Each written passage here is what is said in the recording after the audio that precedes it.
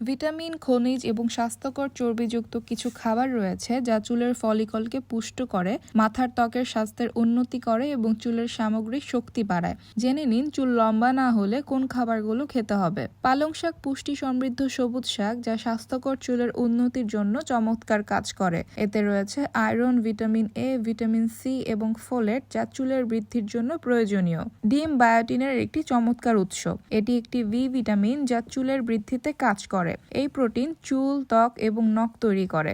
মিষ্টি আলু বিটা ক্যারোটিনে সমৃদ্ধ, যা শরীর ভিটামিন এ তে রূপান্তরিত করে।